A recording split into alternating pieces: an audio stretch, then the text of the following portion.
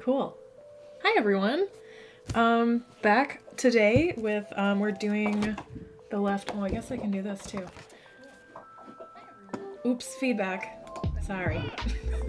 Technical things. Okay. Can you do camera on camera? So we're just finishing the illustration that I started last time. It is of a bakery and it's holiday themed, so there's like tree cookies and such. But this is last time was our first live stream, so I didn't really realize like how long it takes me to do these, which is great. I mean, I guess I've never really thought about how long it takes me to do artwork. And it took me a really long time to figure out how to sketch this. So now it's just the fun part. Now we're just inking. And this is my favorite bit. So this will probably be much more interesting than last time because I spent so much time at the beginning trying to figure out how to translate the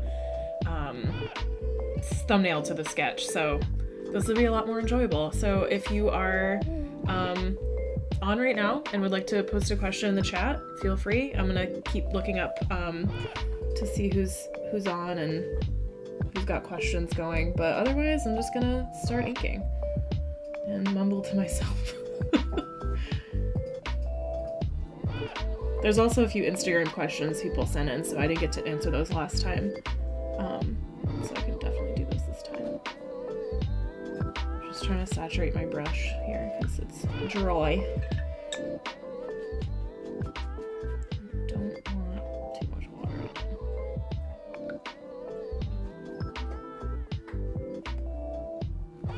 Okay. It's probably a good thing that I stopped last time because it was pretty late, and when I get really tired inking, I make a lot of mistakes. So it was definitely a good thing to call it quits early before I smudged anything beyond repair. Nothing's ever really beyond repair either. Photoshop is there for a reason, so.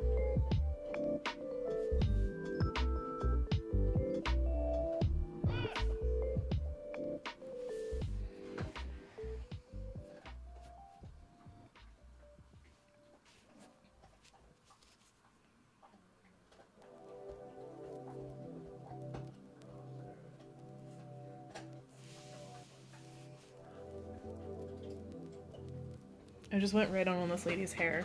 I think that's fine. I usually try to go left to right because I smudge so much.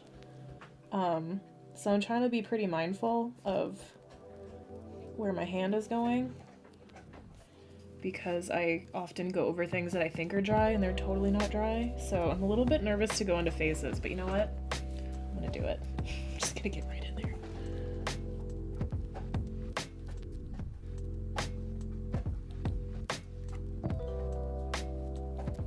I try to save faces for when I'm more focused and warmed up.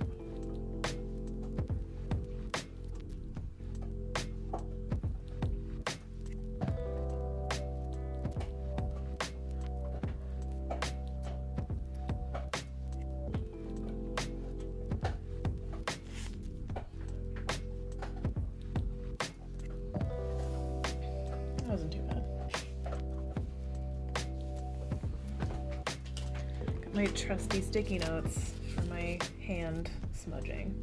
Put some over her hair, I think.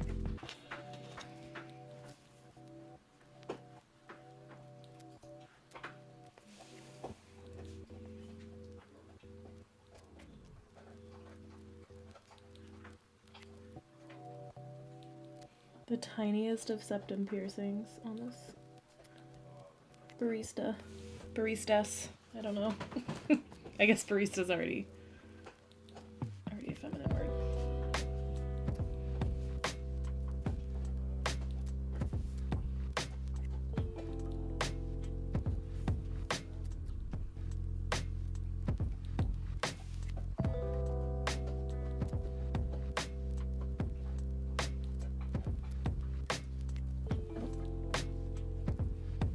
I'm gonna go back into that one after, because I made a boo-boo already.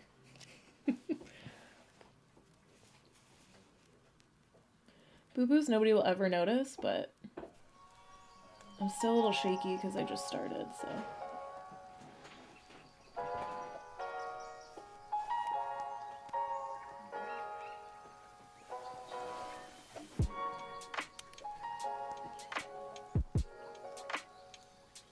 I'm going over lines so many times.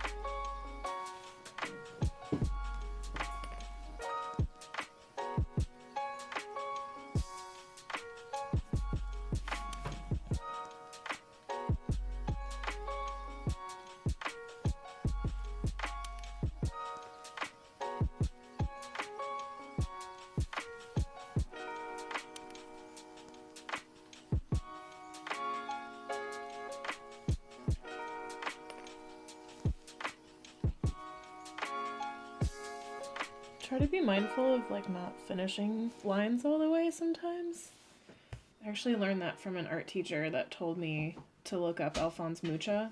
People pronounce his name differently, but if you look at the line work and his artwork, they're not normally finished all the way. Like there are places where your mind has to fill in the gaps. Oh, I just should have done something else up there, whatever. So your brain looks at something and it makes your eyes want to look at it longer because your brain is trying to be like, oh, I'm going to complete that line. Does that make any sense? I don't know. It made sense to me at the time. But it makes your, supposed to make your artwork more interesting. At least that's what that teacher told me.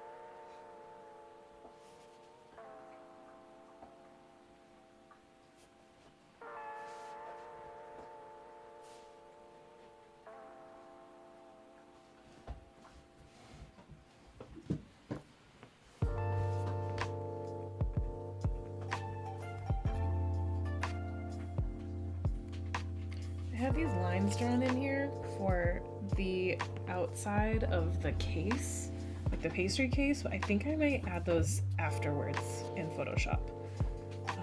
I know that's cheating, kind of, but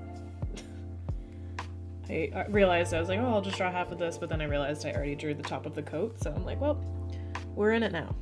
Can't go back.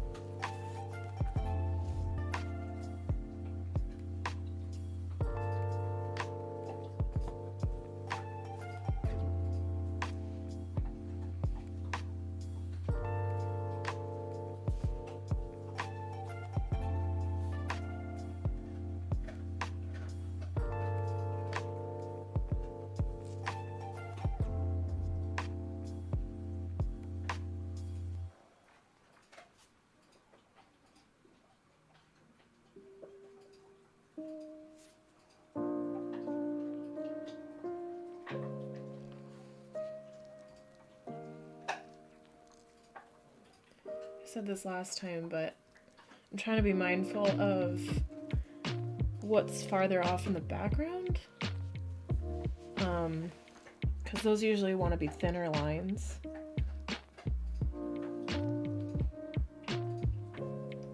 So they fall to the back, and then whatever's in front, you want it to stand out and be the first thing you see, so you want to create a lot of contrast.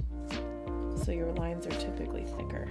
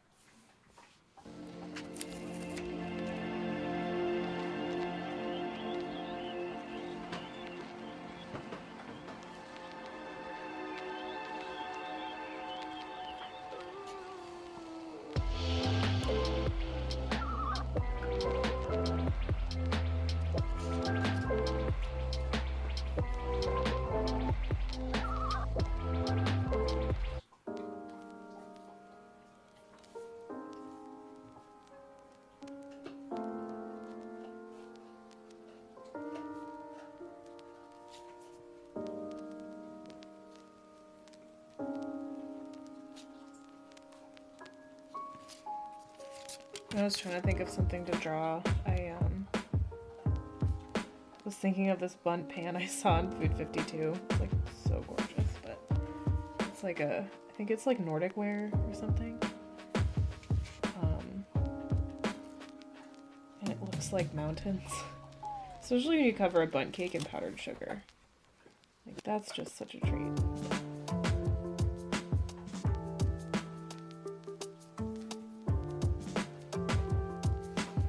Looks so pretty.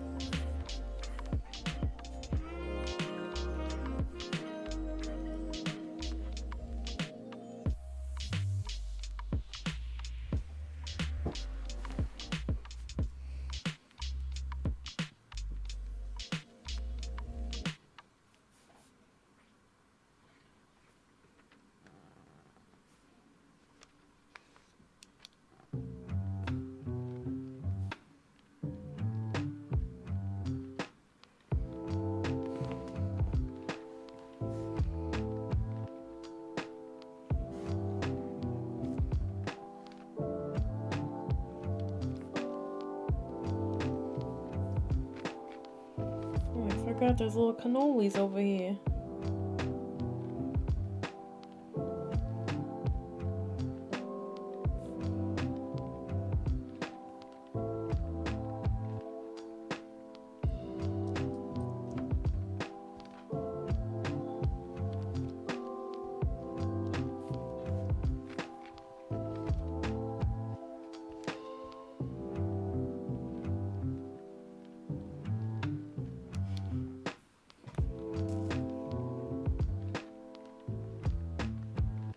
Do those look suggestive? Maybe. Or they just look like fingers. Whatever.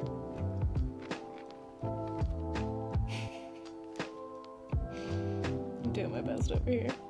I don't know how you draw a cannoli to make it not look like that, but we're gonna roll with it.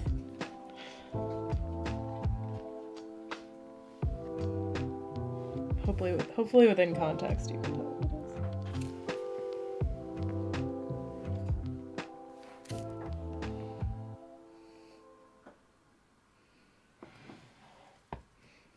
I guess I could add chocolate chips, but that just might make it look worse. It will. Hands are sweaty. Smudgy, sweaty hands. You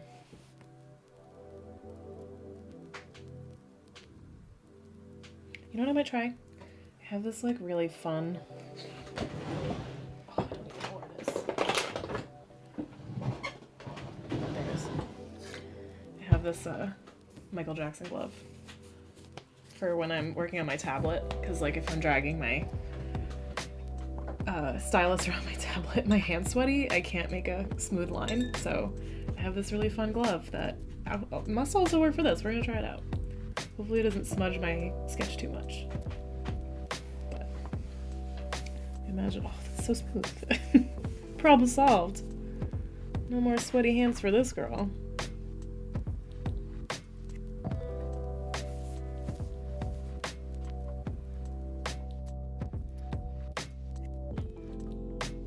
Hi, Louis. Gabagool.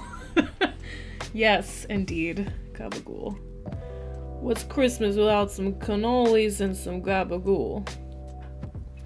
Thank you for coming, Louise. Appreciate you.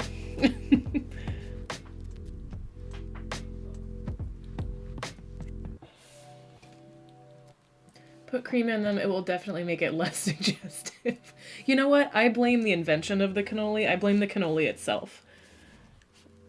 It's a suggestive food. As much as a banana is. You know?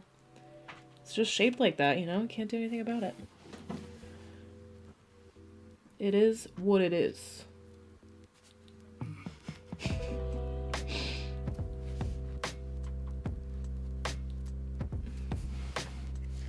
went to art school. That's all I know how to draw. Alright, I'm a little bit scared to go into this kid's face because he has really round eyes. And, I have to, like, steel myself and, like, have to build my confidence to go into really perfect circles. Nothing's ever perfect, but, you know.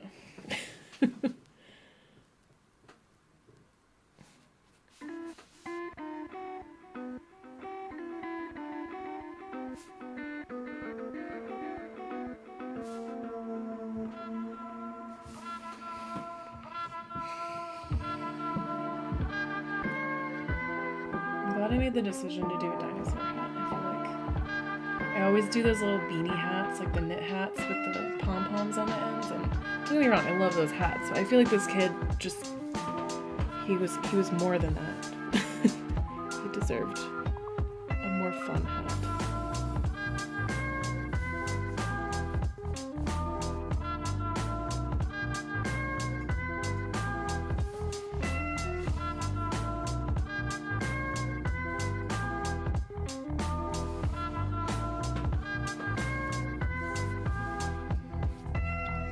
Before I get too far in here, I feel like I gotta tackle his hand, or else I'm never gonna get back to it.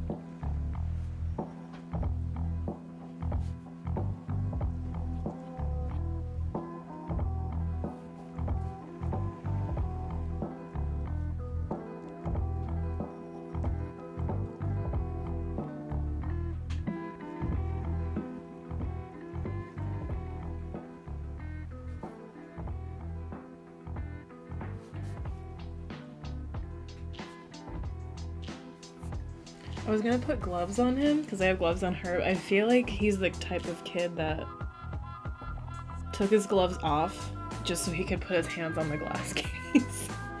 Just to make it dirty, because, you know,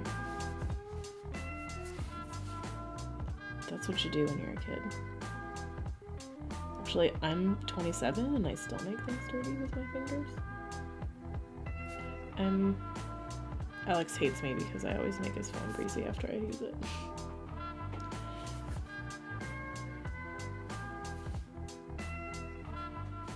All his stuff is clean.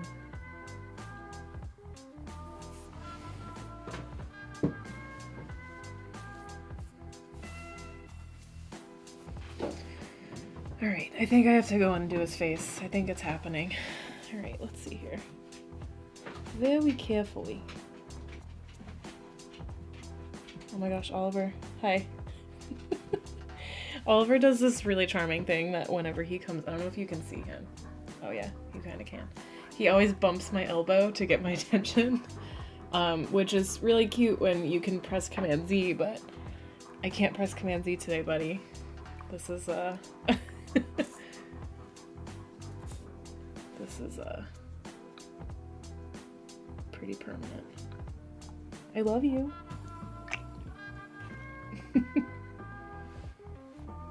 I see your tail wagging. I appreciate you. Yes. Oh, thank you for your burp. Appreciate that.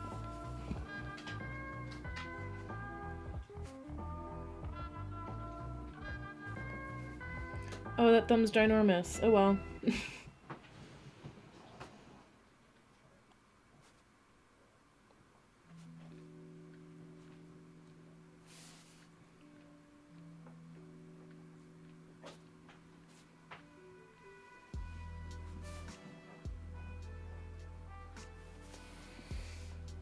Yeah, it's not that noticeable.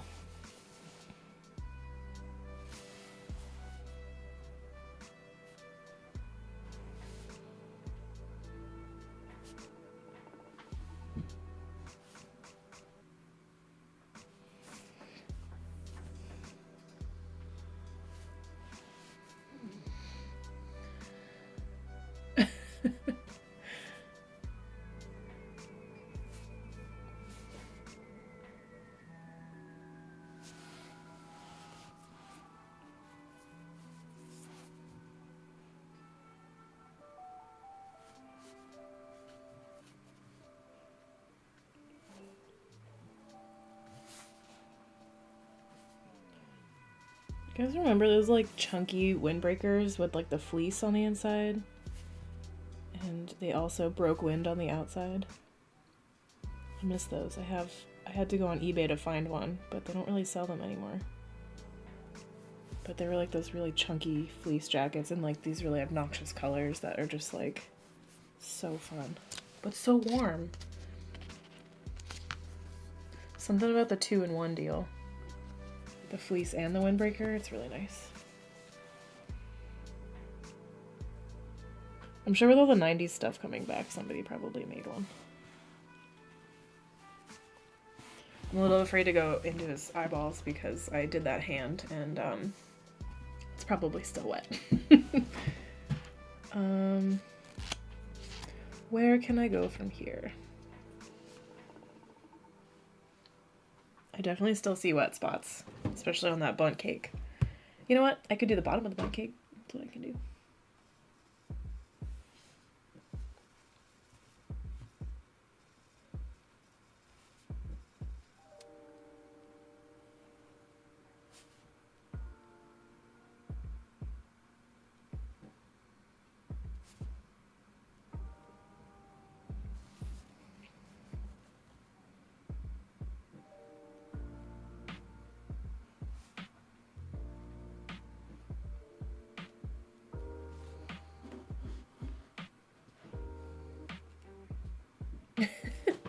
I feel like I drew Deb the other day. Deb has a great look. So, for those of you not looking at the chat, Deb is Louise's mom. And for Louise's wedding, I did a portrait of Louise when she was a kiddo and Deb. So now I feel like I have Deb's likeness burned into my brain because I drew a portrait of her. Which, she's got a lovely visage. But if ever I'm drawing moms, I'll either draw my mom or I'll draw Deb.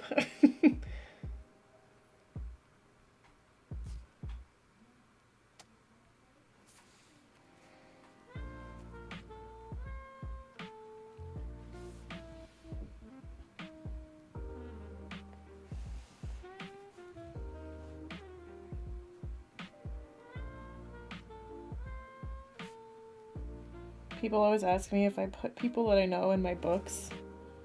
And I do sometimes. Now that I'm writing my own books, that's happening a lot more. Because, I don't know, sometimes, like, when I'm doing a book, I don't have enough time to think about, like, oh, this person would really be, like, this person that I know. But now that I'm writing my own books, I'm, like, kind of trying to draw from my own personal experience, so there's a lot of, like, my friends and my family and the stuff that I'm writing right now. Just because, you know, I can't make everything up. It's a lot. But I have some pretty cool friends and family, so it's just, why wouldn't I use their inspiration?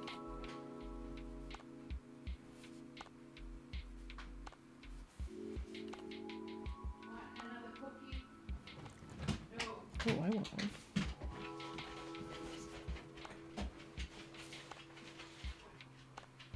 I love drawing pants.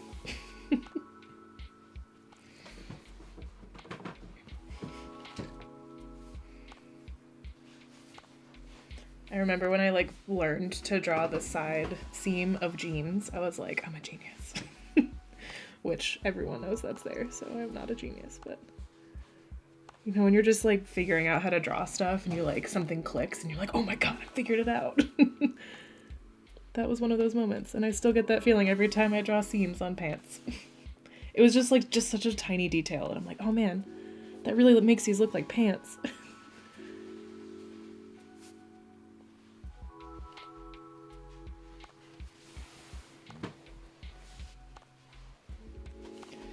I like to go back in with the corneas of the eyes with a different marker, just because it's kind of hard to draw perfect circles with a brush pen or a brush, because you have to, like, keep the brush straight up, and I'm not always the best at that. So just to be safe, because you have to be so delicate with the eyes, because, like, wherever they're looking is kind of important.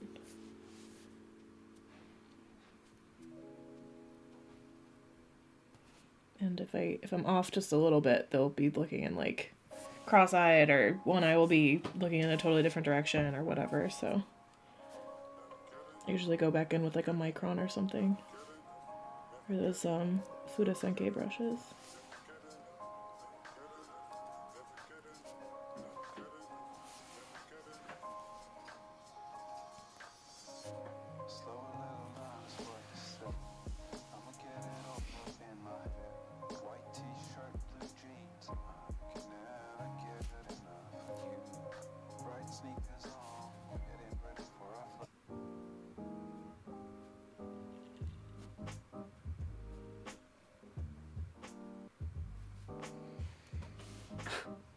There's a hair in there. Well, it's gonna be on there forever now. It's dried into the ink. Just the tiniest of all of her hairs. Oh well.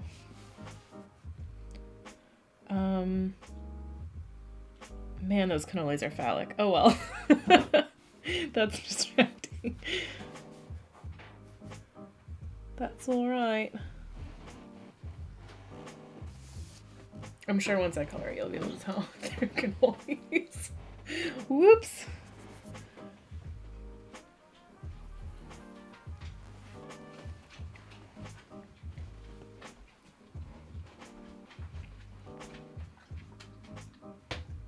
Hello.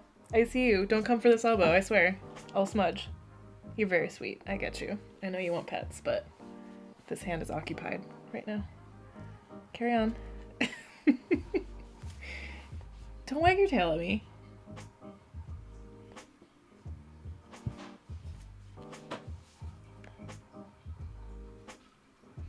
I don't know if you can hear him breathing heavily. He's got heavy pet me breathing.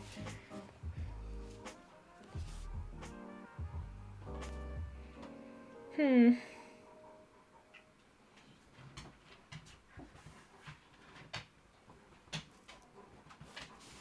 got a ball? That's cool. We did all kinds of walks and fetch today. There it goes. Alright, I'm trying to figure out where I want to go now because there's still some stuff that's wet and I just went over it. I think I'm just going to go ahead and do...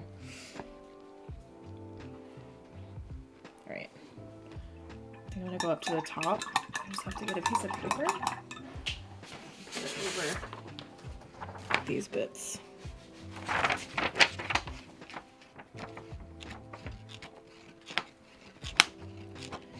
His mouth is still wet.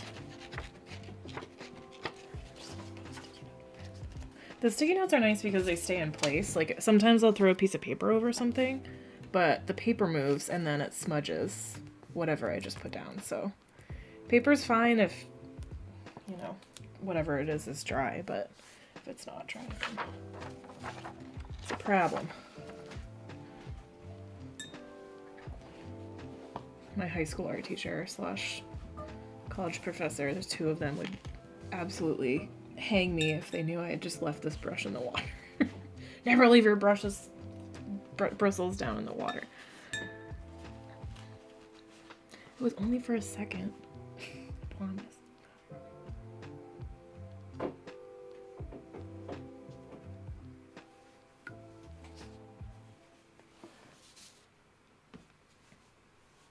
Okay, pasties.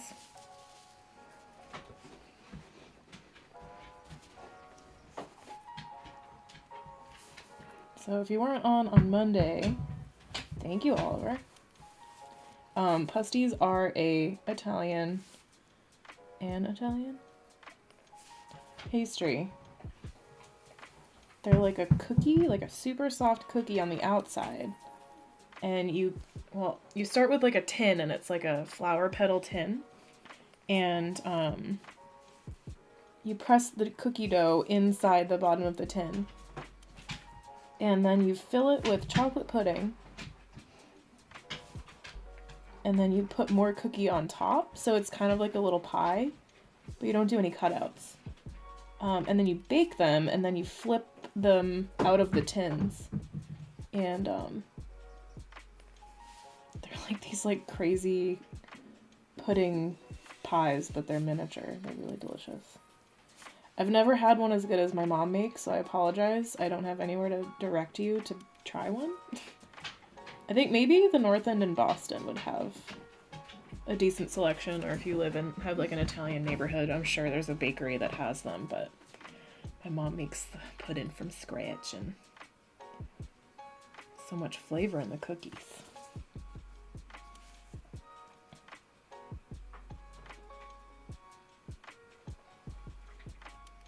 But every year she makes them for our family get together.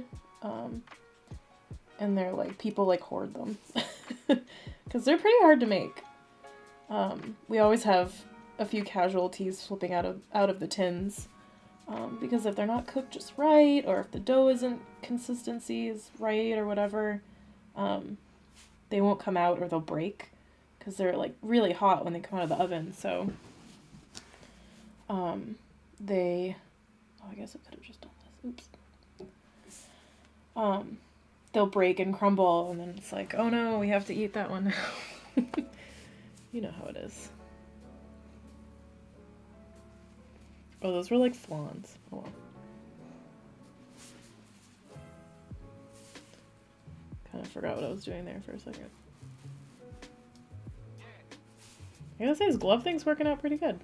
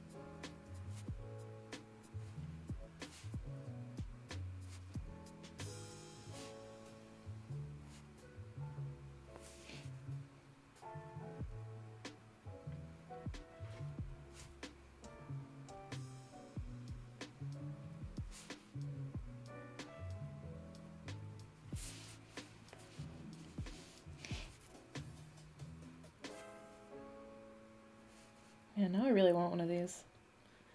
If you're watching, can I have one of these?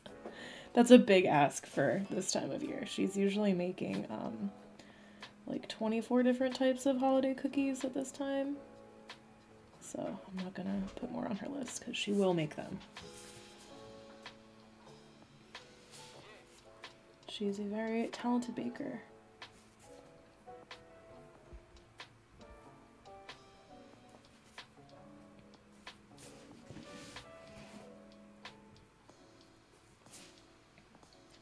My dream, if my art career didn't work out, was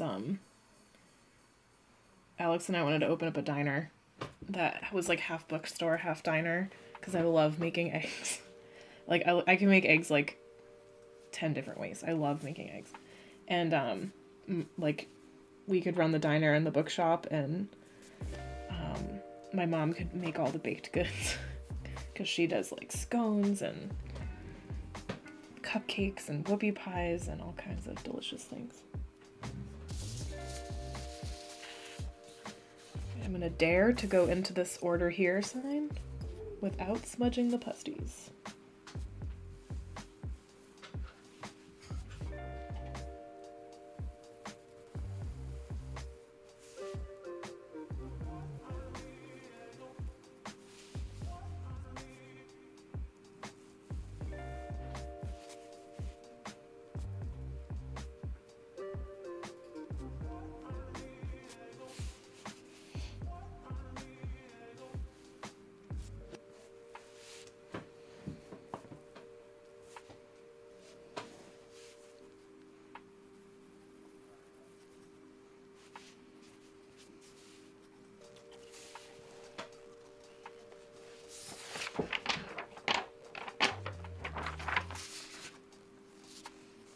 Bit of a menu back here too.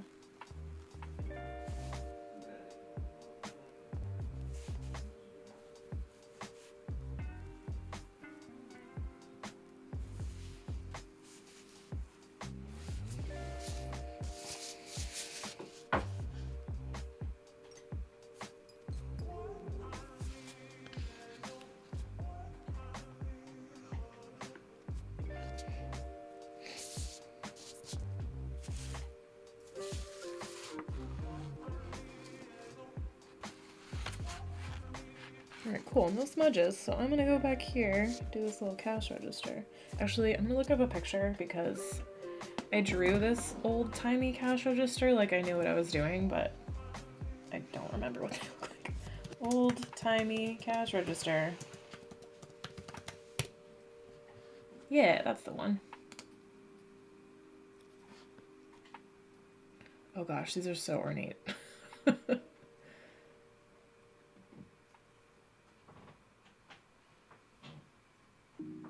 Alright, so it looks like there's like a crank on the side. I'm not gonna do all that embellishment because I'll surely die.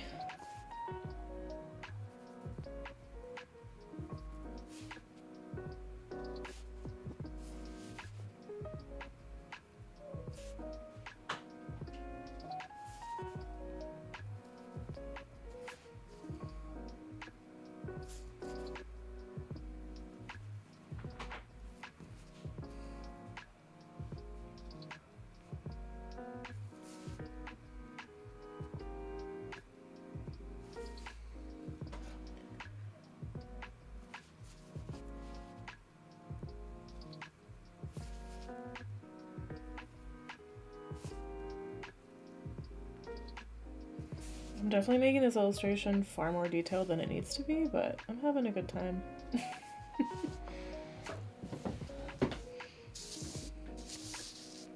They're usually not this intense, but I'm getting in the holiday mood here. I'm gonna draw a lot of cookies.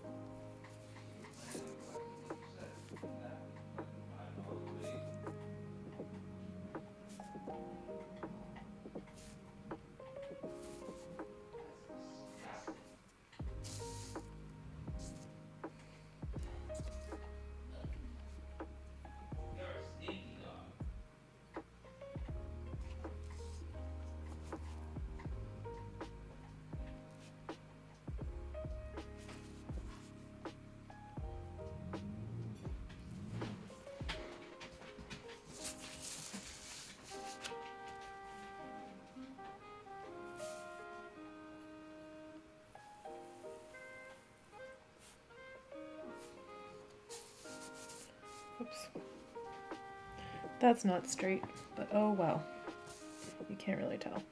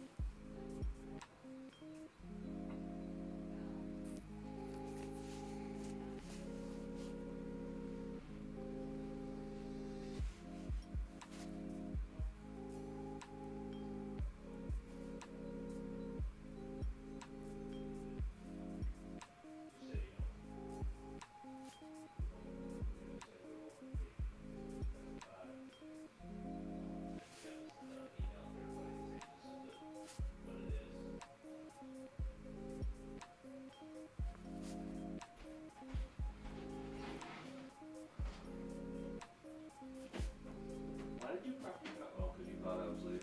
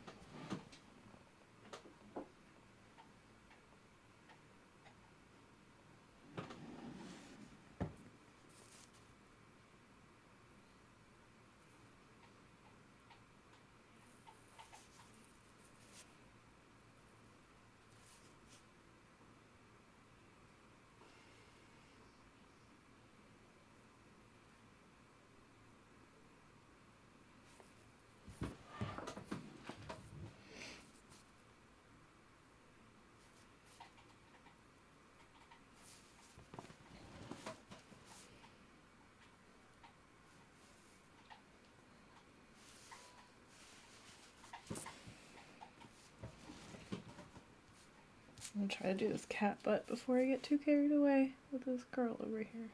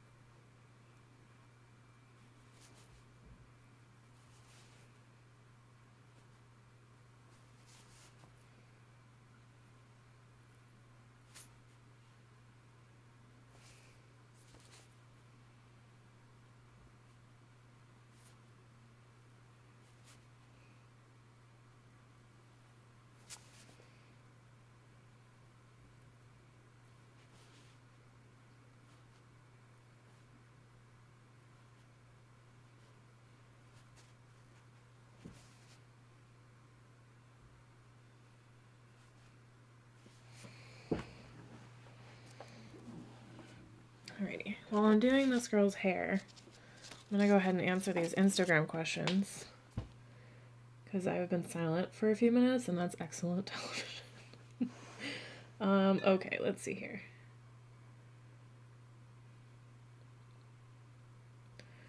Okay. Loza draws. How do I overcome my fear of self-employment and jump in anyway? I totally understand your fear. It's super valid because I think being an artist or doing any kind of thing on your own is just like overcoming that fear every day. Like, it doesn't go away. I think that the way I see it is, you know, people get laid off all the time for all kinds of reasons, and anything can happen at any time. So, like, I always just saw it as, like, if I'm gonna be facing, you know, just the chaos of life, I might as well try to do something I love. Whereas, like, if I were just at a job that, you know, I don't want to say that, like, if I were just at a job. I mean, like, if I had resolved to not do what I love for a living, but I was unsettled by it, I would have been, like, I would have always had that kind of fear of, like, well, I didn't even try, so how I'll never have this, you know, I'll never get rid of that feeling. So I think that knowing that fear of, like, being unemployed or something going wrong or not making it is just part of life. I mean, it's gonna be there whether or not you do something you love for a living or you do a job that's, you know, stable. And there's nothing wrong with taking a stable job and doing art as a hobby. But self-employment is hard. I mean, I'm not gonna sit here and sugarcoat it for you. I mean, I've been lucky enough to have really supportive family and friends who've really helped me along the way. And, you know, Alex and I have been living with Chip and Sue for 3 years. I mean, we're just now able to buy a house and get on with our lives, but it's not been easy, but we've had a great support system. And if you don't have a support system like that, but you still want to try it, like, there's no reason you can't just do this stuff on the side while you're working at a normal job. And actually, I would probably recommend it because,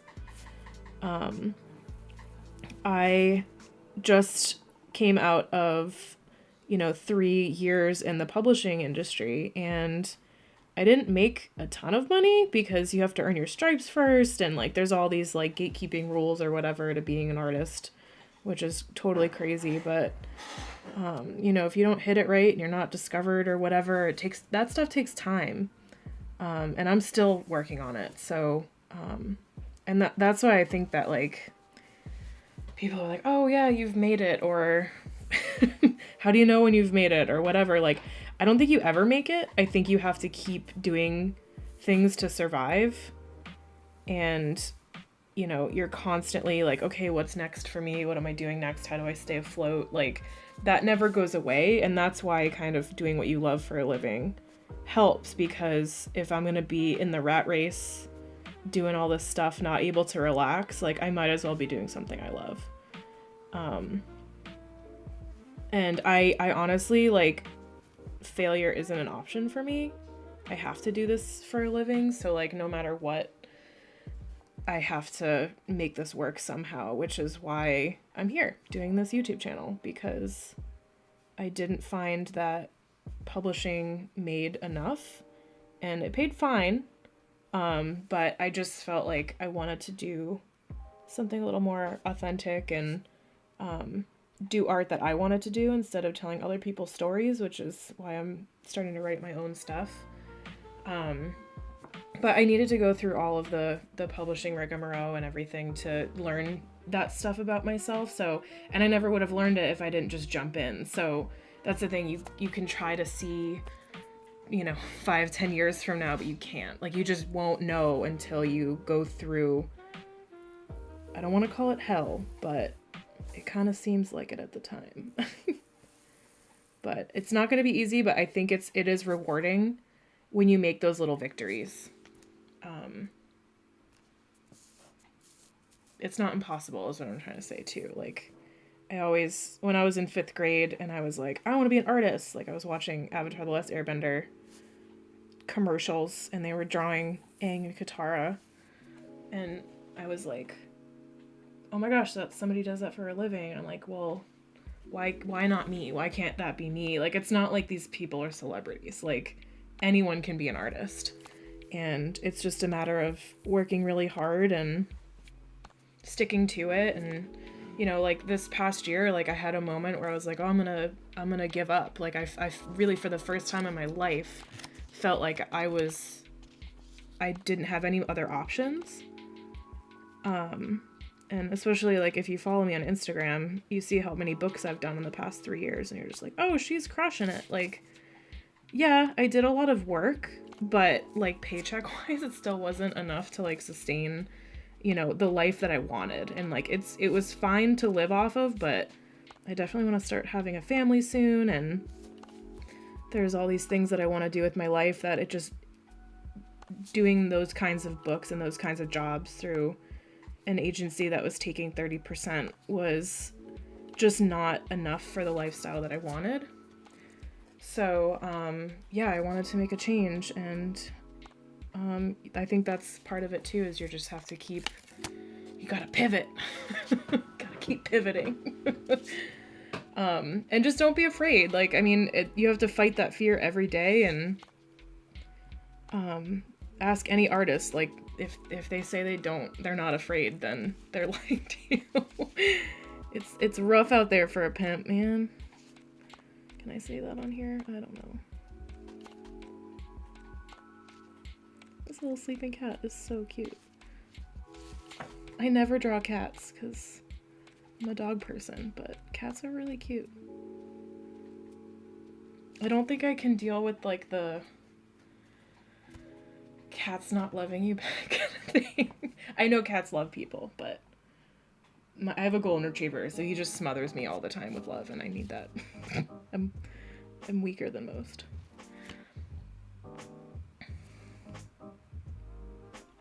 But yeah, Liza, I hope that answers your question.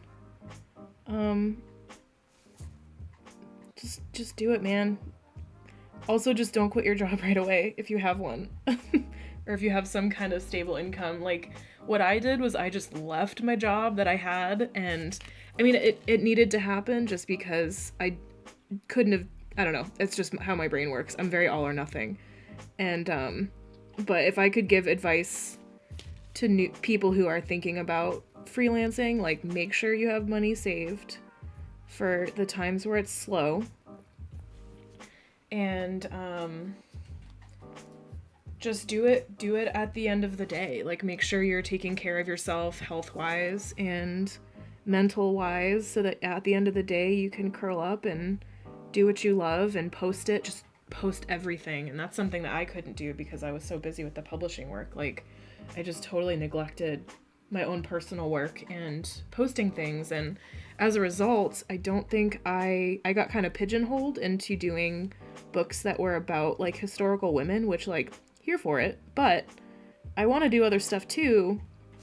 And I wasn't able to post personal work, so I kept getting hired for the same thing, and I wasn't doing work that I wanted to do to kind of diversify my portfolio. So I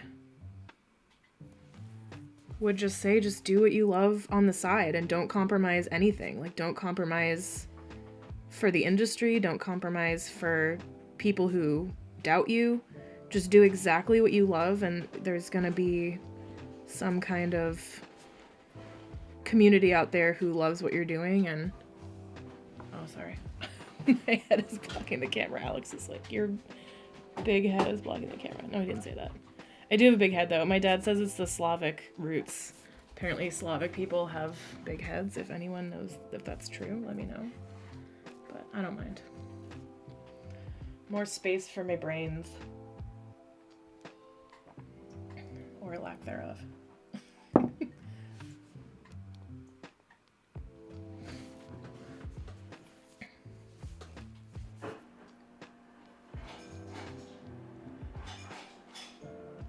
tiny little cats. This was, Louise's, this was Louise's suggestion on Monday to do all of the cats on the walls, which is great because I didn't know what I was going to put in there, and cats are very iconic and simple, and I didn't have to do, like, 10 tiny pieces of artwork inside a piece of artwork. Because I would do that. And then we'd all just be sitting here wondering why I went so hard on the detail.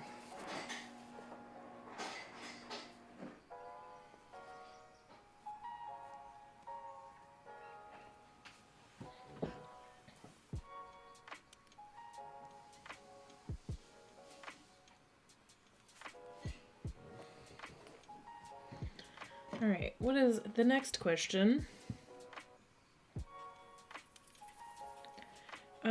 Do you work from home? How do you keep your social life alive? I don't.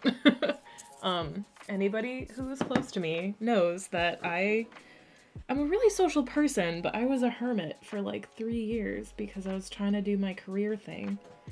And that's also one of the reasons I started this YouTube channel with Alex, because we're both really social people, and I missed the community aspect of art. Because, I mean, what is art but just, like, you know, resonating with people and trying to meet people who are like-minded and sharing ideas and having conversations, and I was just, like, sitting here by myself, like, making work that I didn't get to talk to anybody about until a book came out, and then when the book came out, it was, like, 2 seconds of, like, hey, your book's great, and I'm like, okay, great, and then thanks, and people would be like, okay, bye, and then I'd be like lonely again. So this YouTube channel was made as an effort to just kind of like, you know, talk to people, create a community.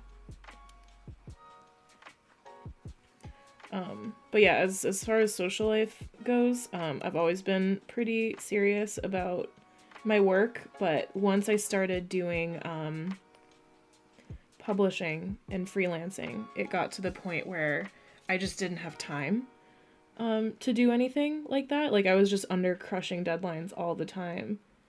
And I just couldn't see people because I just was just trying to keep myself upright and healthy so I could meet my deadlines. So I feel like every time I see people that I know and love, I'm just like, oh my god, I'm just constantly apologizing for missing out on my life with them, which is really sad when I say that out loud, but that's one of the things I would have been like, you know, because I felt like I had to pay the bills and all this stuff. So like if you are thinking about going into freelancing, just, you know, don't quit your day job right away. Don't jump in 2 feet head first like I did. And, you know, it worked. It worked fine. It turned out okay. But I sacrificed a lot of time with people that I loved for deadlines that I had to meet. So, I mean, I think that's going to happen regardless, no matter what. A lot of writers I talk to and illustrators, artists, have the same kind of thing. So, but I feel like that's something I regret. I mean, I don't regret it, but I do at the same time. No regrets. I don't want to regret anything. I do kind of regret that. I don't want to make myself sound like a sad artist. I'm really not. I'm very happy and things are great, but I'm just trying to like save you guys from thinking that this is a really glamorous lifestyle. Because it's a lot of hard work and it can be not fun sometimes. And that's the thing I always like talk about Kiki's delivery service, when she is like really sad about how hard her job is, and she like used to love flying and it was like so much fun, and you know, it was like her passion, and she started doing it for a job and it kind of sucked all the passion out of it and all the fun and, you know, that spark that she used to get when she went up on her broom. And she just goes, it's hard to do what you love for a living or for a job or whatever she says. And I just, whenever I watch that movie, I always break down at that time because, you know, I'm just now kind of getting back to doing artwork that is for me and that I love, and, you know, doing stuff for other people was really rewarding in its own way. But I think the self-expression part is really important, and you can't lose that because that's kind of what art is. It's self-expression. And I think as illustrators, we can get into this realm of like doing it for money and doing it for work. And yeah, we could care about the story, but you know, what is your heart trying to say? Like, what are you trying to communicate with other people? And, you know, I like other people's stories, and the stories that I've illustrated have been really rewarding and definitely things that I align with on like a moral level. But, you know, I needed to tell the stories that were in my heart and communicate the things that I needed to communicate, because that was leaving me feeling empty inside, not getting that energy out. You know what I mean? I totally forget what the question was. Just like rambling. Oh, it's the social life. Yeah. So long story short, I don't have much of a social life, but now I do. I've got all kinds of things coming up this month, and I'm so excited. I feel so bad when I go out and see people. I'm like, I talk really loudly and I talk really fast because I'm just so I'm like a dog. I'm so excited to see people. And that's something I did when, oh my God, my whole head is blocking this right now. I'm sorry. So I just painted those fat whoopie pies. I hope that wasn't blocking for too long. Man, those whoopie pies look really good. But yeah, no, so I was always really, I'm always really excited to see people because I have such reverence for human life. Like, I mean, before COVID, I had already been freelancing for 2 years. So, well, I guess maybe a year and a half. No, it was 2 years, I think. So I was already like, oh my gosh, get me out of the house because I've been sitting here drawing for this long and I miss people and I miss, you know, going into an office and like talking to people. And then COVID hit and then everyone was home and I was like, oh, this is great. I get to have people home with me because otherwise everyone would just come home and I'd be like talking their faces off. And they would just be like, oh my God, we just had like a really long day. Like, just shut up. No, they weren't that mean. But I'm sure if you're working from home right now and you're not really used to it, I'm sure you're feeling the same way. Because it's an adjustment. It really is. And you have to find a way to fill that part of yourself and get those needs met for socializing, because it is really important. It's a really important part of the artistic process because whenever you're going out with friends or meeting people and, you know, socializing, you're kind of filling your imagination with things to draw from when you want to create like stories and characters and stuff. And if you don't have that, then, you know, you're gonna get an art block. I think these are popovers. I don't really know. They're just really weird cupcakes.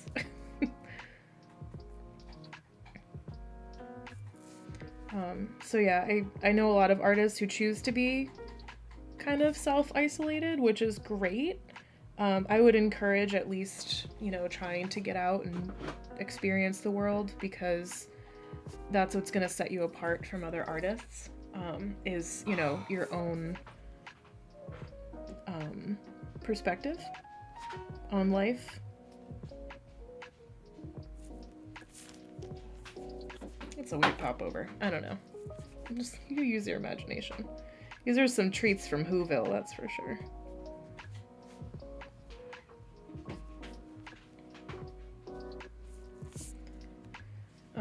So yeah. Get out there and live your life. That was from Tiki Lava, that question. Tavon illustrate. Oh, hi Luther. It's Luth. Do you have any tips and tricks to illustrate strong lighting in an illustration? Yeah, I have this little, I would love to talk about it in a video. I have this little pochade box and like a little travel watercolor set that I go around with, and a lot of times when we go out to breakfast, we usually go at like 7 a.m. so the light's really pretty. But I try to do a lot of things traditionally to kind of keep fresh like that. because copying things from pictures is great, but I feel like especially when it comes to light, like I think copying things for anatomy and stuff is fine because it's a little more technical, but like, I mean, you're never gonna get the richness of light that you see through your own eyes. Like, I mean, Alex is a photographer and he's teaching me how to take photographs, and like, you know, I'm looking at the sunset and I'm looking at my camera and I'm looking at the sunset. I'm like, I would just, if I had my paints right now, I would just be going nuts, like exaggerating all of these colors. So, you know, I can tell you like some really great resources for lighting are James Gurney has an awesome YouTube channel. He also has books on the subject, and he kind of breaks it down in like the best way I've ever seen, and really helped me when I was trying to learn how to paint when I graduated art school, because I thought I was going to be an animator, so I never really learned how to paint. And he kind of tells you about like, you know, fill color, which is like the blue light from the sky, like in a shadow, and just like the different ways light behaves in like an illustrative setting, so you can like exaggerate and do all these cool things. So I definitely recommend his YouTube channel, and he does plein air painting on his YouTube channel, and you can kind of see his setup. Mine's a little bit different, but I don't do it as often or as hyper realistic. He's an incredible realistic painter, but he just does these like super whimsical illustrations that are just such a treat. He did Dinotopia, which just has some incredible illustrations, so it's pretty cool. Check out his work for sure. And that book, I think, is Understanding Light and Color. I think I have it. Oh, it's over there. Color and Light. Boy, stand by. It's literally just called Color and Light. A guide for the realistic painter. Yep. So if you want a hard copy resource, that's a great one. And that is a copy, or that book is from my friend Dave Hattie, which I need to give that back to him. So now that COVID's over, Dave, we should get coffee, because I have your book. Every time I look at that, I just feel guilt. I'm like, oh, I never want to be that person who like borrows a book and never gives it back. It's heartbreaking. I did that once to a friend who lent me a book. Lent me Elegance of the Hedgehog in middle school. I still have it. I think he messaged me about it, and I was like, yeah, let's meet up. And then he moved, so I didn't really know what to do at the time, because when I was in high school, I didn't know how to ship a package. Because what kind of high school is shipping packages? I don't know. I don't think I was even receiving packages. That was like before I did Amazon and everything. So. Okay, what next? Was I supposed to? Oh, yeah, those are my recommendations for light and color. Oh, and another really good one for light and color is I took a class on schoolism.com, which is an amazing, like, if you can't afford college or like art education, or you know, you just want to hone your skills if you're already an artist, I highly recommend schoolism.com. Bobby Chu, he's I don't know, he's in doing everything. He's like done, like, if you look him up, he's like doing animation and artists like con, and he does this whole school, and he does like visual development, and he's just he's like a really big figure in the Viz Dev community.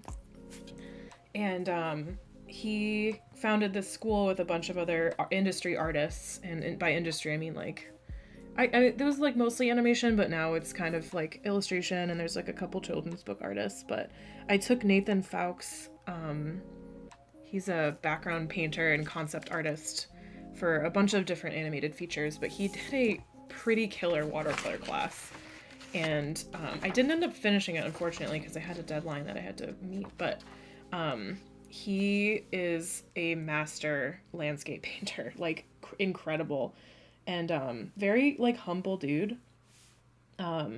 Like he was like, yeah, I just started by like carrying my paints around and pulling over my car and painting things that I thought were pretty. And he really, in the class, he broke down like how he started to understand landscape painting, and blocking things out in shapes, and because you can easily, in landscape painting, you can overdo the detail. And he kind of just was like, well, you have to block out your shapes and like squint your eyes, and he just gave like all these super great tips. And I think you can get Schoolism. You can take like a class for like 30 or $60 a month. And sometimes they'll have a subscription rate. It's like $200 for the year, which I'm going to say like the quality of education you get is like so worth the money. Like that's crazy. I mean, and you can do one where like the teachers actually critique your work. But if you just want to get the information, it's like 30 or $60 or something. But you have to like complete the course in like the month, or else they just like, it's like charges you consecutively.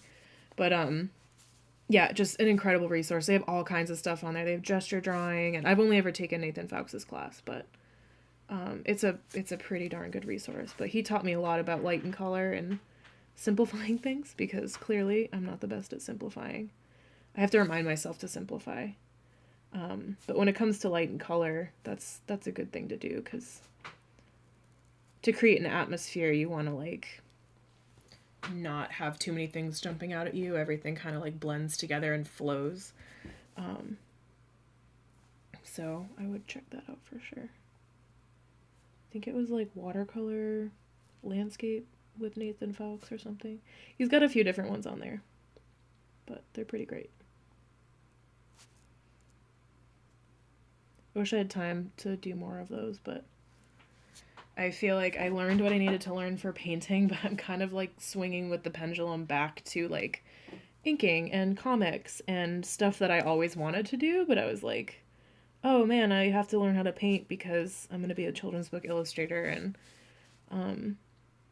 a good friend, Joel Gill, I never got to have him as a teacher, but we were talking about storytelling, and I realized, especially with my career in the last year, like how important storytelling is. And I was like just here drawing like these pretty pictures and not really concerned with how, like, because I'm not a writer. I'm like, I don't have stories to tell, but every piece of artwork is technically a story. So we were talking about just like how much you can push your technical ability before you're just like, okay, well, what really matters here?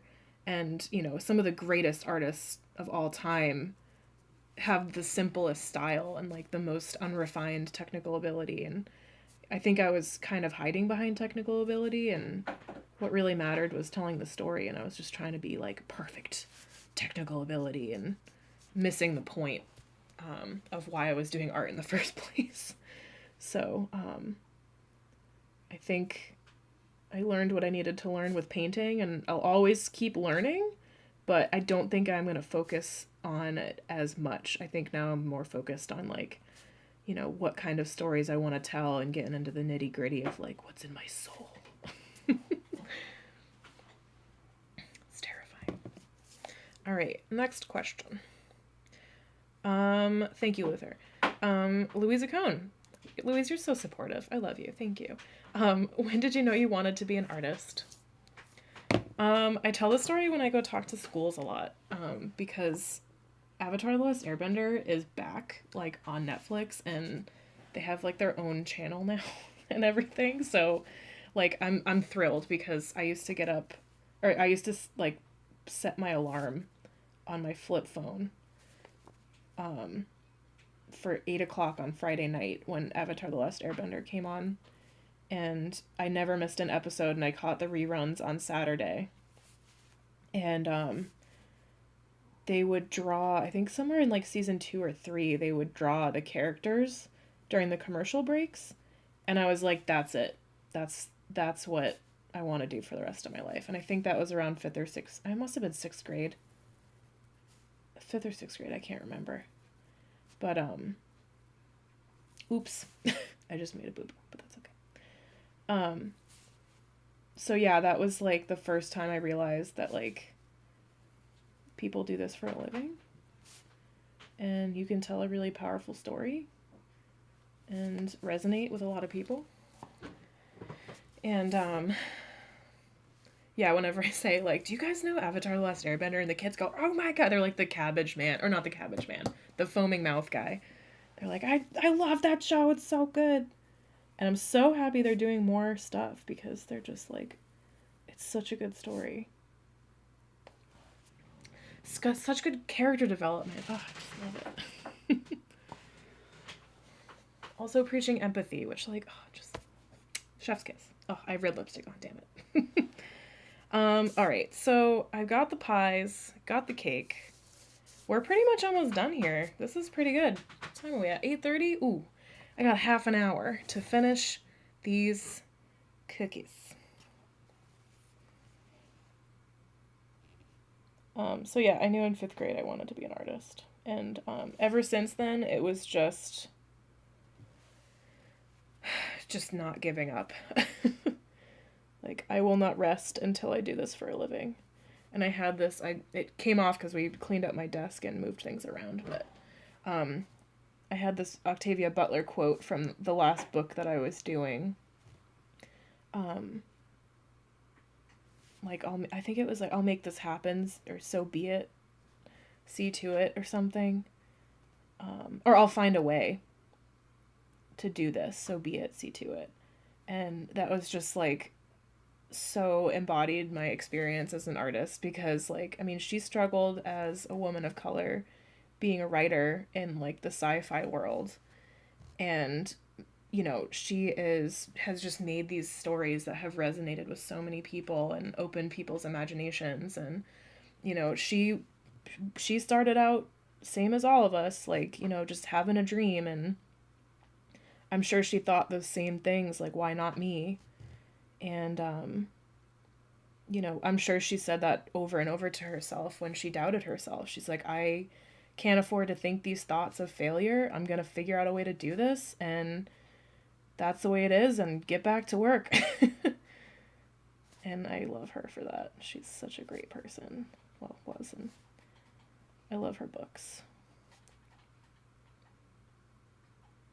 So Octavia Butler's still alive. I'm going to feel really bad if she's not, or she is, and I just said was.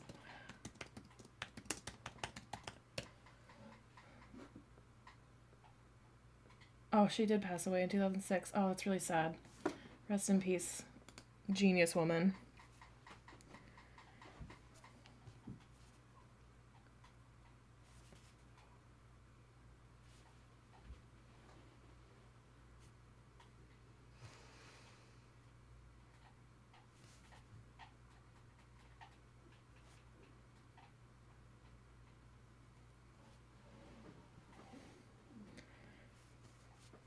If you guys are watching at home and want to put any questions in the chat, feel free.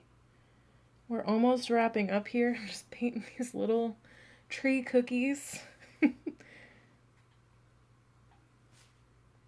that are getting fatter and fatter. Oh my gosh.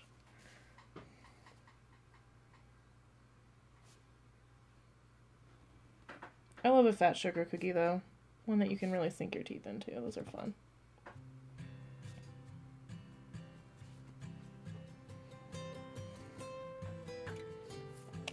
I think that was it for the Instagram questions. Those were all really good. Thank you guys so much. Oh, art by me. Oh, that's Sophie. Any drawing advice? Hi, Sophie. Never stop drawing. Drawing advice is funny because, like, my favorite thing is when people are like, oh, you're so talented. That's so nice. You're born with such talent. And, like, I think I was born with the passion to do art, but you're certainly not. I mean, I don't know. I guess you're born with, like, a certain amount of, like, being able to see things in a certain way and, like, I don't know, understanding things on, like, a two-dimensional surface or sculpture. Like, I don't know. However you see the world, interpreting it in some visual way. But I am not, like, it's not something that you can just have and then just expect to just be good forever. Like, you have to work at it every day. and practice. And I think there's always like teachers, like if you're an art teacher or you talk to an art teacher, they'll always tell you like there's those kids who just like, oh yeah, I'm really good, like I just sit over here and I'm awesome and I don't have to try. And you know, that only lasts for so long because there's a bunch of people out there who are really putting in the time and the work, and eventually they're gonna surpass you. And these are chocolate chip cookies, by the way. And that happened, I think, you know, teachers always told me that, like, you know, I was always like pretty applied person, like I always really wanted to practice, and they're like, don't get comfortable, don't settle for what you've got, and you know, just keep working and don't stop practicing and studying and learning. And I think that's really the fun bit of art, is like you're never gonna just be okay with what you have. And I think studying Van Gogh is a great place to learn about that, because he never felt like the beauty he saw in real life was captured like adequately enough by his art. And I think that's really beautiful, because I feel the same way, and I know a lot of artists do. But I mean, you have to be happy with some stuff you make, because otherwise you're just tortured and miserable. But I think, you know, being proud of what you make and then saying tomorrow I'll do better, because you can't just like beat yourself up and be super hard on yourself. I mean, we all do that anyways, but try not to make a habit of it. But yeah, you gotta stay hungry. You gotta stay like on top of, hey, I can't draw hands. Like, instead of putting mittens on everybody, like go figure out how to draw hands. Like, just if you don't know something, go study it. Like, I had pages and pages of like those big, like giant 16 by 20 sketchbook paper pads that I would just get Bern Hogarth's Dynamic Anatomy, and like I still have it on my desk because I practice every morning, either from this or I go on Croquis Cafe or whatever, and I try to do my exercises every morning, because my exercises but because, you know, if you don't use your muscles, you'll lose them. So it's the same thing with art. Like, if you're not studying, you'll lose it. And if you don't have them yet, then how do you expect to build them if you're, you know, not practicing? So I know it's hard, especially when you're just starting out, feeling like everyone's better than you, but like that doesn't go away. Like, there's like, I'm a professional and I still look around, I'm like, oh my god, I'm terrible, all these people are incredible and I'm absolute garbage. But that's why you kind of just have to keep focused on your own work and celebrate the people who are doing really well, and, you know, use that as a little bit of a motivation to be like, well, if I keep practicing, maybe I'll get there someday. But yeah, drawing advice, draw more. Schmutz. Draw more and never stop. You might want to stop because a lot of people get art blocks. Been there, totally get it.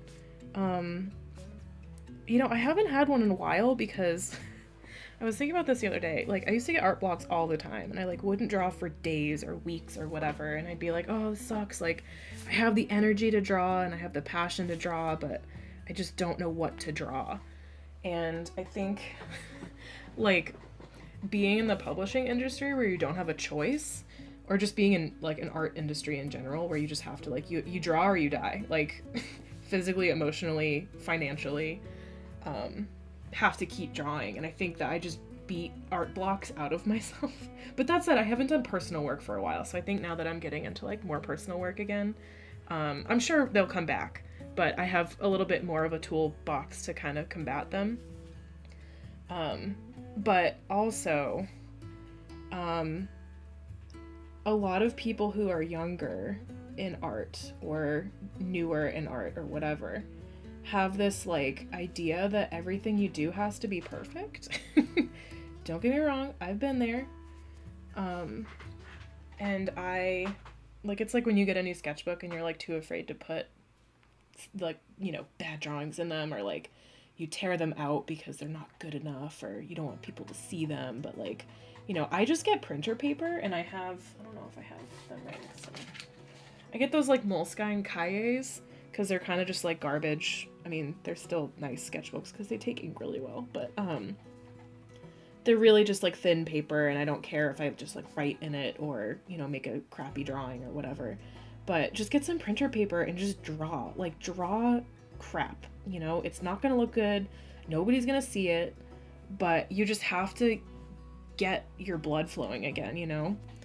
And I think that's probably the best way to get out of an art block, is to just keep drawing absolute garbage for days or weeks until, you know, you just tell your body, like, no, I have to draw. Because I think what happens with art blocks is you kind of get in your own way, and you're like, oh, everything I do has to be perfect. It has to be this way. It has to be that way.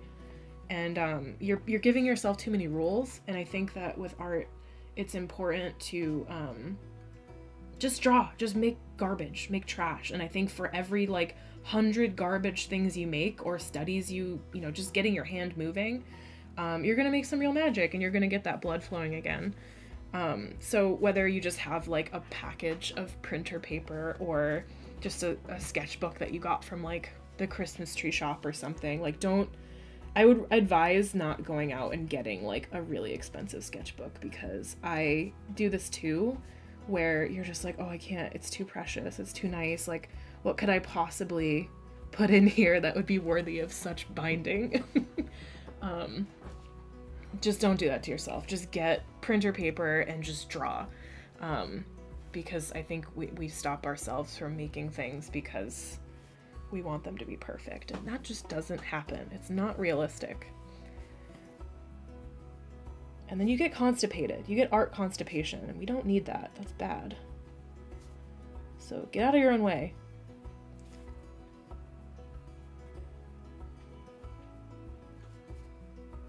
My jujitsu professor used to say, figure out what's in your way and move it. And I'm like, oh, that's such wisdom. She was a wise person. She's still very much alive. Could totally kick everyone's ass. She's amazing. But I say was because I haven't been to jujitsu in a while because of publishing, and I miss it, but I don't know if I'll ever get to go back, because work is, it's hard enough to spend your life learning one art form, and I'm the type of person that gets really involved in things, and like, I want to practice and do all the things, and, you know, be as good as I can be. And jujitsu was one of those things I really loved, and it was just taking up so much time because I wanted to be good and learn things, because it really is, it's the same as like visual art, like the learning mechanism,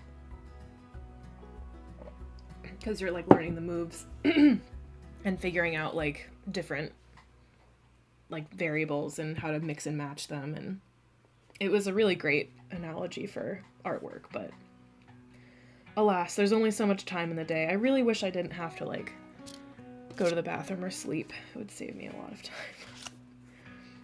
There's so much I want to do, but can't have that attitude, can we?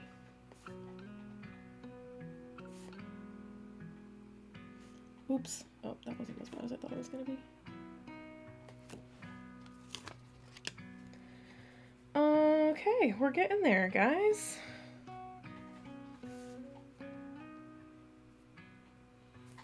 If you are interested and are still with me, I'll be posting this. I haven't decided where I'm going to post it yet, but it will be cleaned up into a coloring page that you can download for the holiday season and get crazy coloring, because there's a lot of cookies in here. Oh, you know what? I was a little disappointed because I wasn't able to do the tops of the pies, but I think I can fit them in here.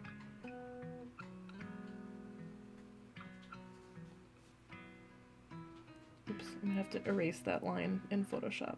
A little bit of a tangent there, but that's okay.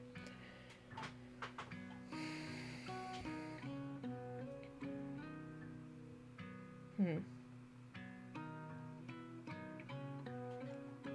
think I'm gonna try the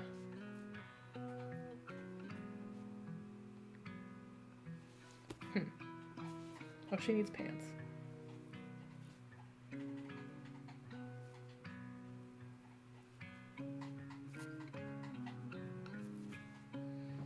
Pants.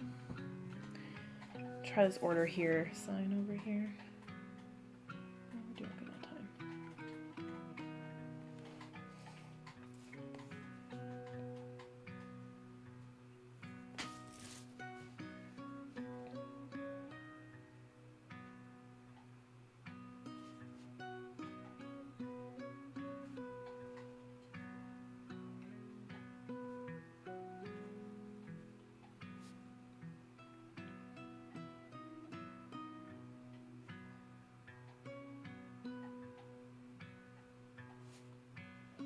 Whenever I'm doing hand lettering, I'm always so focused on the lettering that I spell things wrong.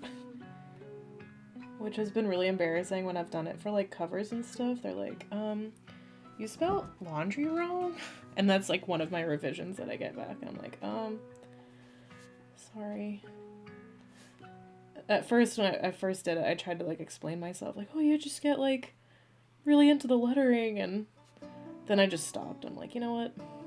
Yeah, I can't spell sometimes. That's fine. I can if I'm concentrating on the spelling, but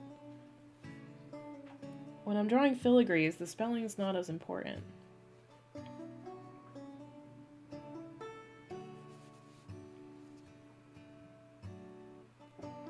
Just trying to get a smooth line, man. Can't be worried about spelling. I also get so excited to do the lettering that I don't check my spelling before I go into the finals, and that's my own fault.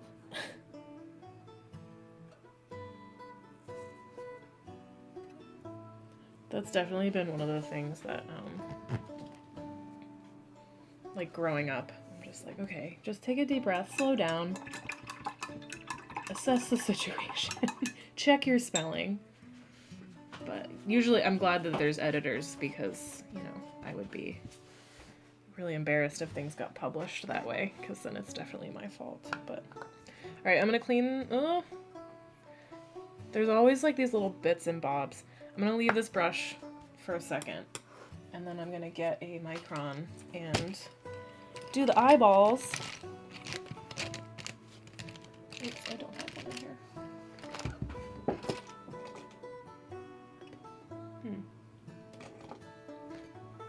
Many cups full of things, but not what I need. Oh.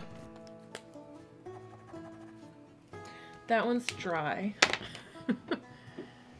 I just went through these a couple days ago, but not good enough. Oh, he's really skinny though. Nope, dry. Trash. Oh, here's this pencil case. Okay.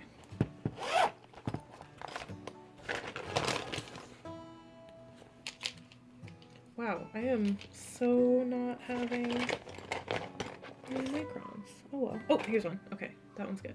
Oh, it's a brush pen.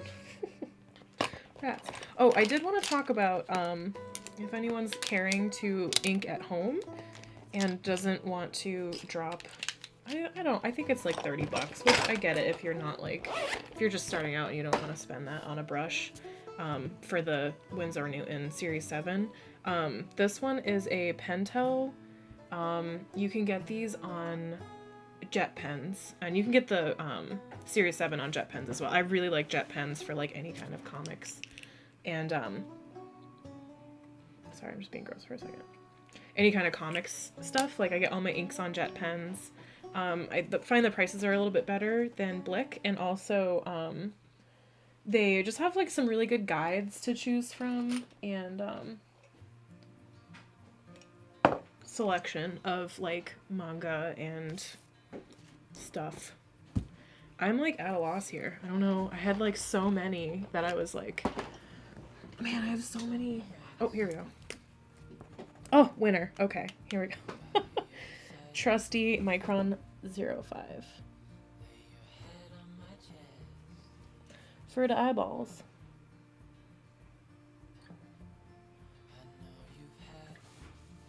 And glasses.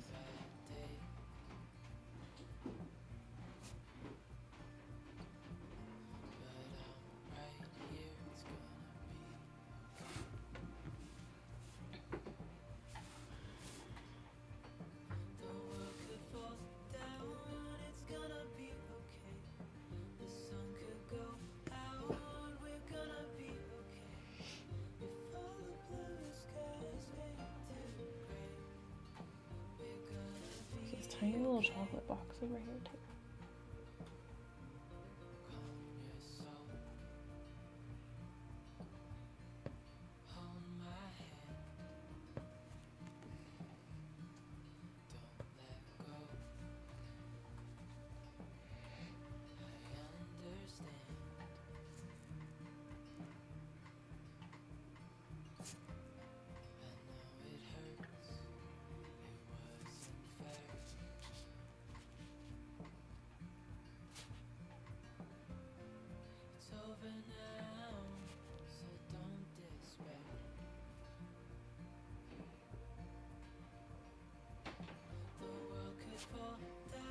Oh, they have life now.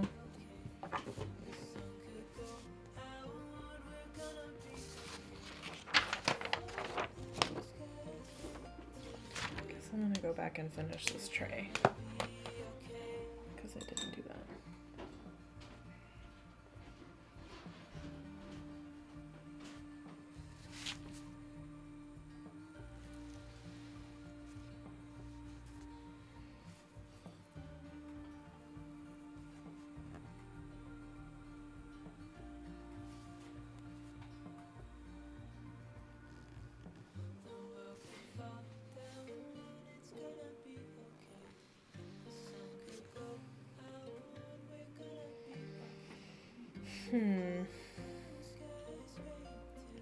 I think that's as good as it's gonna get for now.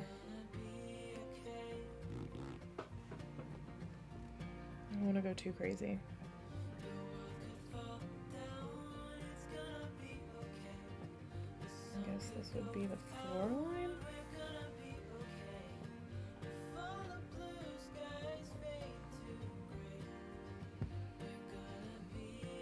I feel like these are very Bob Ross, just painting happy trees over here. Just painting happy cookies. It's very much the pace of what Bob Ross used to do. Slow and relaxing. Alright, yeah, I think I can wash this brush now. I feel like I'm staring at it. Now we're getting into almost 9 o'clock, so I'm gonna wrap this up.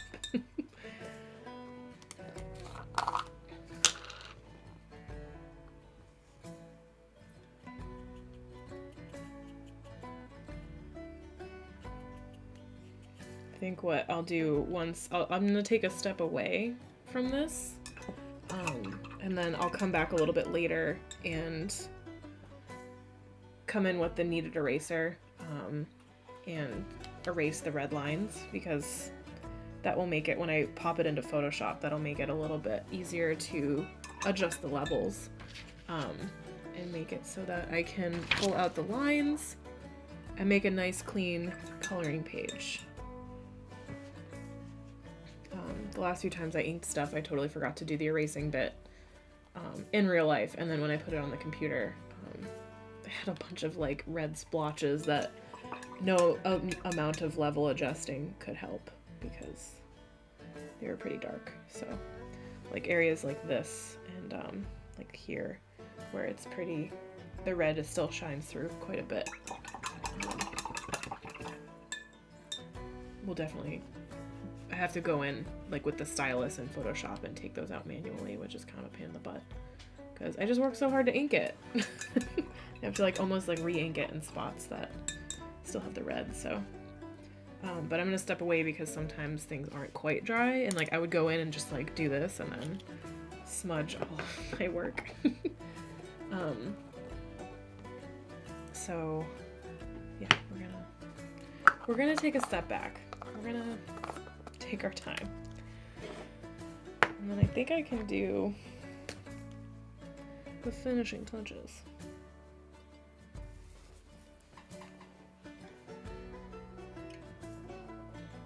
This one's dried out too, what the heck? I just did a Jet Pens order and I didn't get any microns.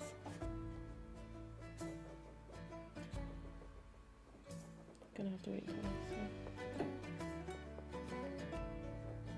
Wow, this is so dry. BRB.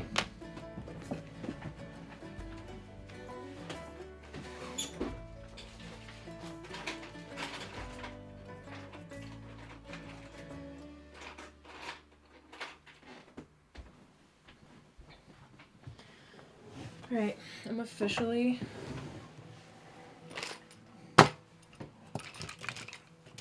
I don't even know. Oh, here they are.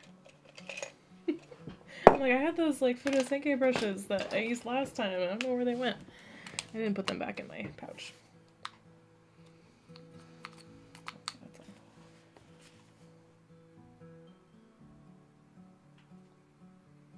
The issue I had with these last time was, I guess, they just don't dry very quickly, so this is up in the corner, so I'm not that worried about it.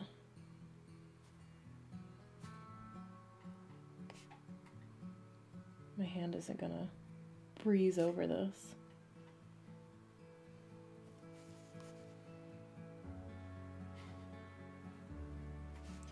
I wish I waited to do the order lettering in this brush, because I feel like I got a little bit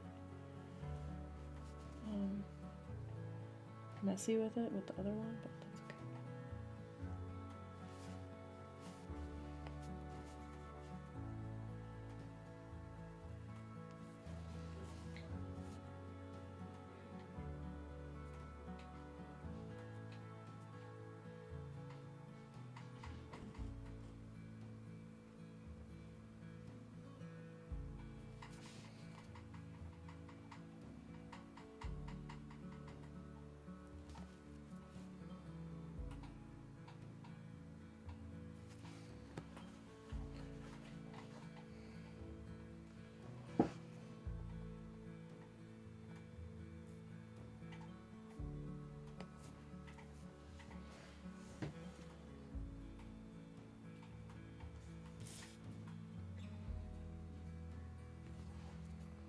Gotta give our gingerbread people eyeballs.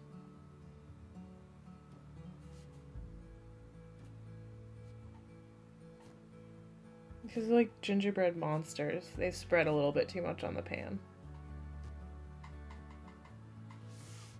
That's okay.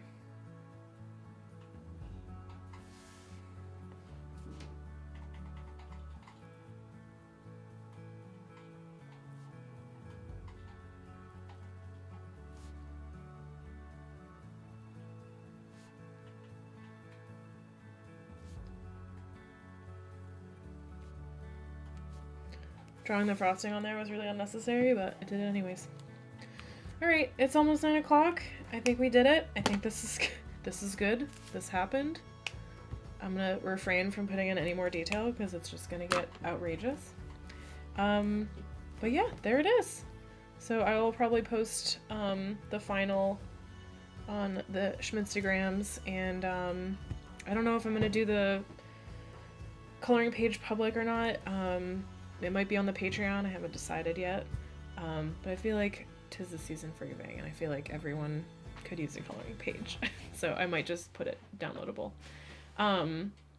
So yeah, thank you guys for tuning in, and everyone who came by. I really appreciate you watching the stream and spending some time with me doing some traditional artwork and drinking this giant mug of tea. Until next time, have a good night.